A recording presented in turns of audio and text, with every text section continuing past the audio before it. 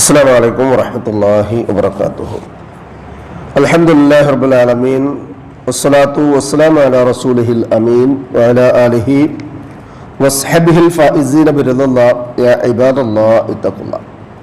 وعن أبي أيوب الأنصاري رضي الله عنه أن النبي صلى الله عليه وسلم قال: إذا أتيتم الغائط فلا تستقبلوا القبلة ولا تستدبروها ببول ولا غائط ولكن شرعوا أو غربوا. സഹോദരങ്ങളെ, അള്ളാഹുവിനെ സൂക്ഷിക്കണമെന്ന് എന്നെയും നിങ്ങളെയും സഗൗരവം ഓർമ്മപ്പെടുത്തുകയാണ്. അള്ളാഹു സുബ്ഹാനഹു വ തആല നമ്മെ മുത്തഖീകളിൽ ഉൾപ്പെടുത്തി അനുഗ്രഹിക്കട്ടെ. ആമീൻ. വിശ്വാസികളായ ആളുകളുടെ ഇടയിൽ ഏറെ വസ്വാസം ഉണ്ടാക്കുന്ന ഒരു കാര്യമാണ് അവനവൻ എങ്ങനെയെങ്കിലുമൊക്കെ കഷ്ടപ്പെട്ടൊരു വീടുണ്ടാക്കി കഴിഞ്ഞാൽ അവിടെ ബാത്റൂമിൻ്റെ സ്ഥിതിയെ സംബന്ധിച്ചുള്ള ആശങ്ക. ആകെ കുറഞ്ഞ സ്ഥലവും കുറഞ്ഞ ഏരിയയുമാണ്.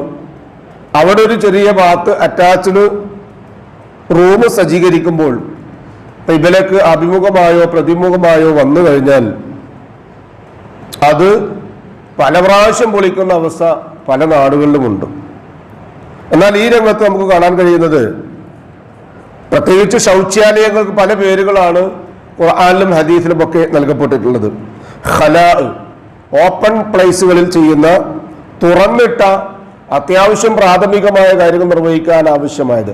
അതാണ് ഇന്നലത്തെ ഹദീസിൽ കണ്ടത്.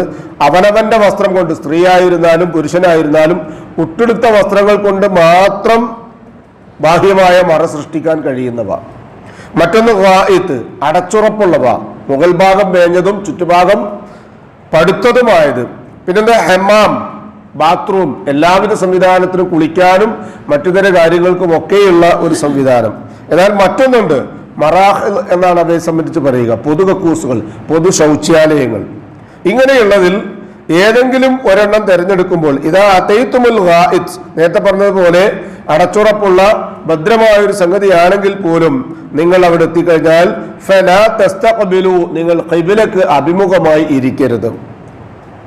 വലാ തസ്തദ്ബിറുഹ, അതിന് പ്രതിമുഖമായി ദുബർ, പിൻഭാഗം, പിന്തിരിഞ്ഞും ഇരിക്കരുത്. അപ്പൊ ഖിബ്ലയ്ക്ക് അഭിമുഖമായോ പ്രതിമുഖമായോ ഇരുന്ന് മലമൂത്ര വിസർജനം നിർവഹിക്കുകയോ അല്ലെങ്കിൽ ശൗചാലയങ്ങൾ ആ രൂപത്തിൽ നിർമ്മിക്കുകയോ ചെയ്യരുത് എന്ന് റസൂലുള്ളാഹി സ്വല്ലല്ലാഹു അലൈഹി വസല്ലം പറഞ്ഞു.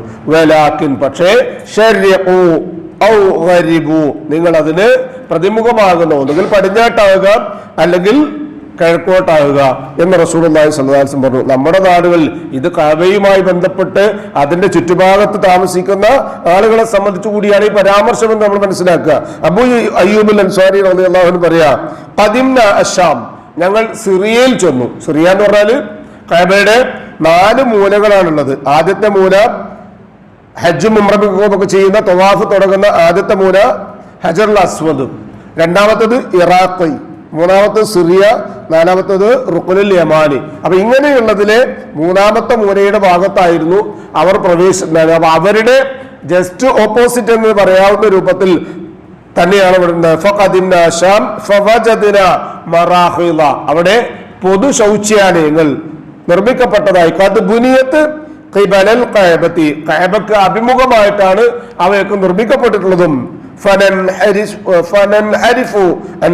ഞങ്ങൾ എന്ത് ചെയ്തു, അതിൽ നിന്ന് തിരിഞ്ഞാണ് ഇരുന്നത്. ഇരിക്കുന്ന ആ പ്രതലത്തിൽ നിന്ന് തിരിഞ്ഞിരുന്നു. ഇനി കഅബക്ക് അഭിമുഖമായോ പ്രതിമുഖമായോ റസൂലുള്ളാഹി സ്വല്ലല്ലാഹു അലൈഹി വസല്ലം പറഞ്ഞ വിലക്കുകൾ പാലിക്കപ്പെടാതെ ഇരിക്കരുത് എന്നുള്ളത് കൊണ്ട് ഇരിക്കുന്ന ആ പൊസിഷനിൽ തന്നെ ഇടത് ഭാഗത്തേക്ക് ഇരുന്നു.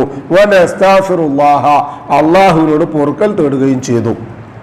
അതിൽ നമുക്ക് മനസ്സിലാക്കാൻ കഴിയുന്നത്, ഉള്ള സ്ഥലപരിമിതിയിൽ പരമാവധി കഅബക്ക് അഭിമുഖമായോ പ്രതിമുഖമായോ ഇരിക്കാത്ത രൂപത്തിൽ അത് സജ്ജീകരിക്കുക. ഏതെങ്കിലും രൂപത്തിൽ വേറൊരു മാർഗമില്ല, അതിനുള്ള നിർമ്മാണം, അതിന് സൗകര്യമുള്ളൂ എങ്കിൽ ആ ഒരു സംവിധാനത്തിൽ ഇരിക്കുമ്പോഴൊക്കെയും നമ്മൾ എന്ത് ചെയ്യുക, അല്ലാഹു സുബ്ഹാനഹു വ തആല പടച്ചോനെ ഇത് കരുതി കൂട്ടി ബോധപൂർവം അല്ല ഞങ്ങൾ ചെയ്യുന്നത്, ഞങ്ങളുടെ നിവൃത്തികേട് കൊണ്ടാണ് എന്ന് മനസ്സിലാക്കിക്കൊണ്ട് അള്ളാഹുവിനോട് ഇസ്തിഗ്ഫാർ ചെയ്യുകയും ചെയ്യുക. അത് മലമൂത്ര വിസർജനത്തിന്റെ ശൗചാലയങ്ങളുടെ നിർമ്മാണത്തിൽ പോലും പതിറ്റാണ്ടുകൾക്ക് മുൻപ് റസൂലുള്ളാഹി സ്വല്ലല്ലാഹു അലൈഹി വസല്ലം വളരെ കൃത്യവും വ്യക്തവുമായ നിലപാടുകൾ സ്വീകരിക്കുകയും നിർദ്ദേശിക്കുകയും ചെയ്തിട്ടുണ്ടായിരുന്നു എന്ന് ഈ ഹദീസിൽ നിന്ന് മനസ്സിലാക്കാൻ കഴിയും.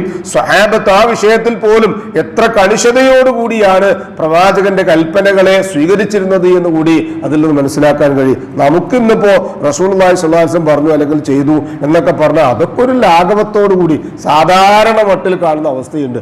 ഇല്ല, ചെറുതായിരുന്നാൽ പോലും പ്രവാചകന്റെ കൽപ്പനകൾക്ക് വലിയ വില കൽപ്പിച്ചിരുന്ന ഒരു സമൂഹമായിരുന്നു സ്വഹാബത്ത് റളിയല്ലാഹു അൻഹും. അവരുടെയൊക്കെ ഒപ്പം സ്വർഗത്തിലെത്താനാണ് നമ്മളൊക്കെ ആഗ്രഹിക്കുന്നത്. അതുകൊണ്ട് തന്നെ പരമാവധി റസൂലുള്ളാഹി സ്വല്ലല്ലാഹു അലൈഹി വസല്ലമയുടെ വാക്കുകളെ, പ്രവർത്തനങ്ങളെ, മൗനാനുവാദങ്ങളെ മാനിക്കുകയും ജീവിതത്തിൽ പകർത്താൻ പറ്റുന്നത് പരമാവധി സുന്നത്തുകൾ പകർത്തുകയും ചെയ്ത് മുഹബ്ബ് സുന്നകളായി മാറുക. പ്രവാചക വിലക്കുകളെ പൂർണ്ണമായും അവനവന്റെ വ്യക്തി ജീവിതത്തിലും കുടുംബജീവിതത്തിലും സാമൂഹികമായ ജീവിതത്തിലും വിഭാവനം ചെയ്ത് അതിനോട് പൂർണ്ണമായും നമ്മൾ അനുസരണം കാണിക്കുക. അല്ലാഹു സുബ്ഹാനഹു വ തആല അതിനുള്ള തൗഫീഖ് നമുക്ക് ഏവർക്കും നൽകി അനുഗ്രഹിക്കട്ടെ. മനുഷ്യ സഹജമായി വന്നു പോകുന്ന എല്ലാ വീഴ്ചകളും അബദ്ധങ്ങളും അനർത്ഥവും തെറ്റും കുറ്റവും അള്ളാഹു ഇരു ലോകത്തും പുറത്തു മാപ്പാക്കി തന്ന് നമ്മെ അനുഗ്രഹിക്കട്ടെ. നാളെ പാരത്രികമായ ലോകത്ത് അമ്പിയാക്കളും മുർസലുകളും ഔലിയാക്കളും സലഫുസ്സാലികളും സിദ്ദീഖുകളും ഷഹദാക്കളുമുള്ള സ്വർഗത്തിൽ പ്രവേശിക്കുവാൻ സാധുക്കളായ നമ്മുടെ മാതാപിതാക്കൾക്കും നമുക്കും കൂട്ടുകുടുംബങ്ങൾക്കും സന്താന പരമ്പരകൾക്കും അള്ളാഹു തൗഫീഖ് നൽകി അനുഗ്രഹിക്കട്ടെ. നമ്മിൽ നിന്നും മരണപ്പെട്ടവർക്ക് അള്ളാഹു മഗ്ഫിറത്തും റഹ്മത്ത് നൽകി അവരുടെ ബർസഖിയായ ജീവിതം അള്ളാഹു റാഹത്താക്കി കൊടുക്കട്ടെ.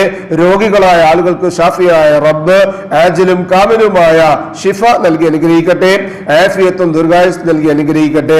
അവനവന്റെ കാര്യങ്ങൾ നിർവഹിക്കുവാൻ ആവശ്യമായ സിഹത്തും താഖത്തും ആഫിയത്തും അല്ലാഹു സുബ്ഹാനഹു വ തആല എല്ലാവർക്കും നൽകി അനുഗ്രഹിക്കട്ടെ. അവന്റെ ഖൈറും ബറക്കത്തും വർഷിച്ച് അല്ലാഹു സുബ്ഹാനഹു വ തആല നമ്മയും നമ്മുടെ കുടുംബത്തെയും അനുഗ്രഹിക്കട്ടെ. എല്ലാവിധ ബലാഹും മുസീബത്തുകളിൽ നിന്നും അല്ലാഹു നമ്മയും നമ്മുടെ കുടുംബത്തെയും സമൂഹത്തെയും കാത്തുരക്ഷിക്കട്ടെ. നമ്മോട് ദുആയ്ക്ക് വസിയത്ത് ചെയ്തവരുടെ നല്ല മുറാദുകൾ അല്ലാഹു ഹാസിലാക്കി കൊടുക്കുകയും പ്രയാസങ്ങളും ബുദ്ധിമുട്ടുകളും അല്ലാഹു എളുപ്പമാക്കുകയും ചെയ്യട്ടെ. ഈമാനും ഇഖ്ലാസും തഖ്വയും ഖുശൂഉമുള്ള മുത്തഖീകളായി ജീവിക്കുവാനും ജീവിതാന്ത്യം വരെ ആ ജീവിത വിശുദ്ധി കാത്തു സൂക്ഷിക്കാനും അല്ലാഹു സുബ്ഹാനഹു വ തആല നമുക്ക് ഏവർക്കും തൗഫീഖ് നൽകി അനുഗ്രഹിക്കട്ടെ. മരണസമയത്ത് അഫ്ദലു ദിക്ർ ലാ ഇലാഹ ഇല്ലല്ലാഹ് എന്ന കലിമ കാമിലായ ഈമാനോടുകൂടി ചൊല്ലിക്കൊണ്ട് കണ്ണടയ്ക്കാൻ ഭാഗ്യം ലഭിക്കുന്ന മുത്തഖീകളിൽ അല്ലാഹു സുബ്ഹാനഹു വ തആല നമ്മെയും നമ്മുടെ കുടുംബത്തെയും സന്താന പരമ്പരകളെയും ഉൾപ്പെടുത്തി അനുഗ്രഹിക്കട്ടെ. അല്ലാഹുമ്മ യഗ്ഫിർ ലിൽ മുഅ്മിനീന വൽ മുഅ്മിനാത്ത് വൽ മുസ്ലിമീന വൽ മുസ്ലിമാത്ത് അൽ അഹ്യാഇ മിൻഹും വൽ അംവാത്ത് ഇന്നക മുജീബുദ് ദഅവാതി യാ ഖാദിയൽ ഹാജാത്ത് റബ്ബനാ തഖബ്ബൽ മിന്നാ ഇന്നക അൻതസ് സമീഉൽ അലീം വതുബ് അലൈനാ ഇന്നക അൻതത് തവ്വാബുർ റഹീം വഗ്ഫിർ ലനാ യാ ഗാഫിറൽ മുദ്നിബീൻ റബ്ബനാ ഹബ് ലനാ മിൻ അസ്വാജിനാ വദുർരിയ്യാതിനാ ഖുർറത അയ്യുനിൻ വജഅൽനാ ലിൽ المتقين إماما ربنا ظلمنا أنفسنا وإن لم تغفر لنا وترحمنا لنكونن من الخاسرين ربنا آتنا في الدنيا حسنة وفي الآخرة حسنة وقنا عذاب النار آمين آمين آمين برحمتك يا أرحم الراحمين سبحان ربك رب العزة عما يصفون وسلام على المرسلين والحمد لله رب العالمين سبحانك اللهم وبحمدك أشهد أن لا إله إلا أنت أستغفرك وأتوب إليك. السلام عليكم ورحمة الله وبركاته.